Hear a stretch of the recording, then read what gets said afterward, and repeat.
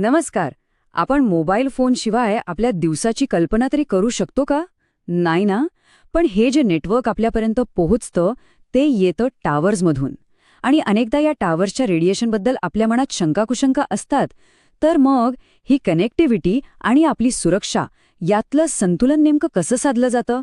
चला तर मग भारतातील या नियमांमागे जी संपूर्ण यंत्रणा आहे ती अगदी सोप्या भाषेत समजून घेऊया. भारतात आजच्या घडीला तब्बल 921 दशलक्षाहून अधिक मोबाईल कनेक्शन्स आहेत. आणि हे फक्त आकडे नाहीत हा. ही आपल्या देशाची एक प्रकारे डिजिटल जीवनवाहिनी आहे. आता विचार करा, एवढ्या मोठ्या आणि महत्वाच्या नेटवर्कला सुरक्षित ठेवण्यासाठी किती मजबूत नियमांची गरज असेल, नाही का? पण मग खरा प्रश्न उभा राहतो तो हा की आपल्याला वेगवान नेटवर्कही हवंय आणि त्याच वेळी पूर्ण सुरक्षितताही हवी आहे. मग या दोन्ही गोष्टी एकाच वेळी कशा मिळवायच्या हे एक मोठं आव्हान आहे.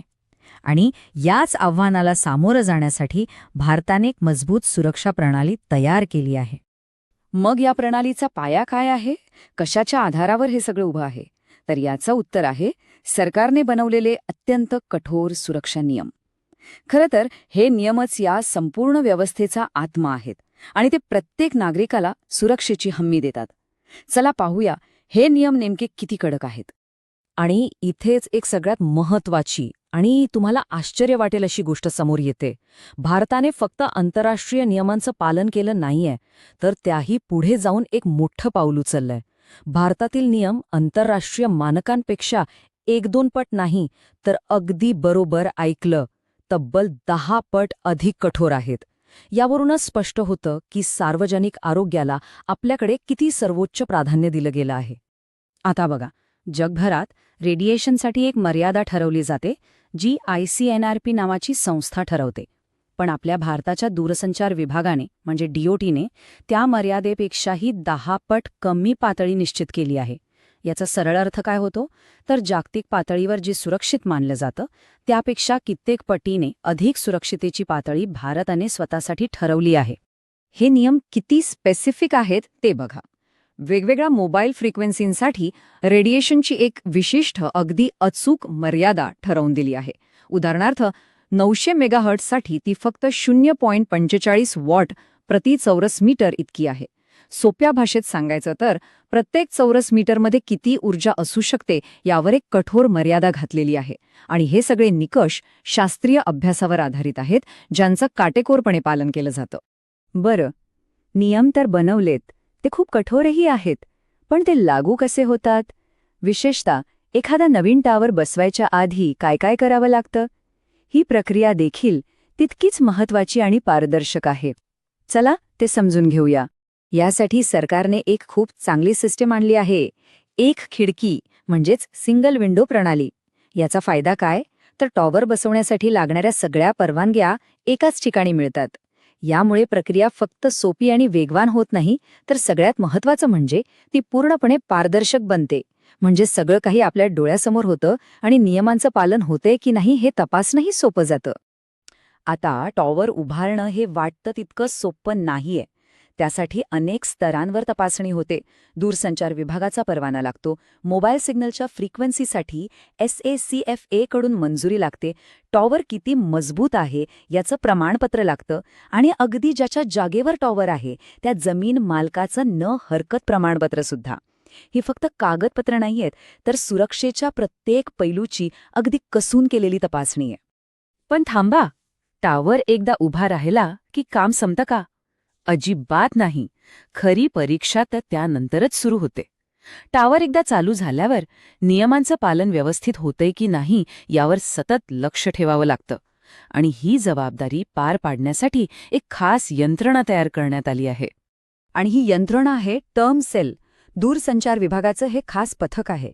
यांना आपण या सिस्टमचे वॉचडॉग किंवा संरक्षक म्हणू शकतो. त्यांचं मुख्य काम आहे वेळोवेळी मोबाईल टॉवरची प्रत्यक्ष तपासणी करणं आणि सगळे सुरक्षा नियम पाळले जात आहेत की नाही हे पक्क करणं. आणि हे टर्म सेल फक्त नावाला नाही आहेत, त्यांचं काम खूप प्रभावी आहे. ते फक्त टॉवर्सची तपासणी म्हणजे ऑडिट करत नाहीत, तर नियम मोडल्यास कंपन्यांना मोठा दंड लावण्याचा अधिकारही त्यांना आहे. इतकंच नाही, तर काही गंभीर त्रुटी आढळल्यास ते टॉवर बंद करण्याची कारवाई सुद्धा करू शकतात. यामुळेच या नियमांचं गांभीर्य कायम राहतं. आता एक प्रॅक्टिकल गोष्ट बघूया, जी थेट आपल्या सुरक्षेशी जोडलेली आहे.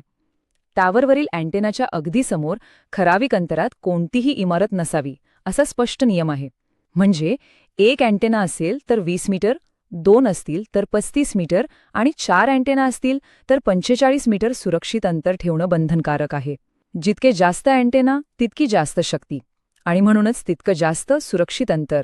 हे नियम रेडिएशनची संकल्पना अधिक सोपी आणि स्पष्ट करतात. चला आता येऊया सगळ्यात महत्त्वाच्या भागाकडे. या संपूर्ण प्रक्रियेत आपली भूमिका काय? एक सामान्य नागरिक म्हणून यात कसं सहभागी होता येतं आणि आपल्या मनातल्या शंकांचं निरसन कसं करून घेता येतं? चला ते पाहूया. समजा आपल्या परिसरातल्या टॉवरबद्दल काही तक्रार असेल तर कुठे जायचं? तर यासाठी जिल्हा आणि राज्य स्तरावर खास समित्या नेमल्या आहेत. जिल्हा स्तरावर आहे डिस्ट्रिक्ट टेलिकॉम कमिटी म्हणजे DTC आणि राज्य स्तरावर आहे स्टेट टेलिकॉम कमिटी म्हणजे STC. या समित्या आपल्या तक्रारी ऐकून घेतात आणि त्या सोडवण्यासाठी योग्य ती कारवाई करतात.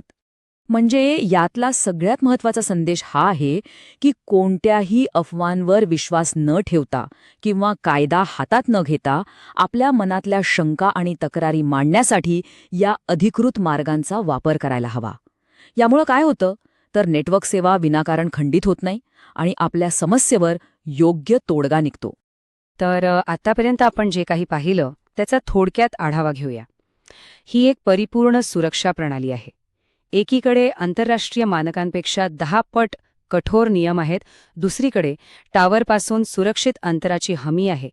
यावर TREM सेलद्वारे नियमित देखरेख ठेवली जाते आणि शेवटी नागरिकांसाठी एक स्पष्ट तक्रार निवारण यंत्रणाही उपलब्ध आहे.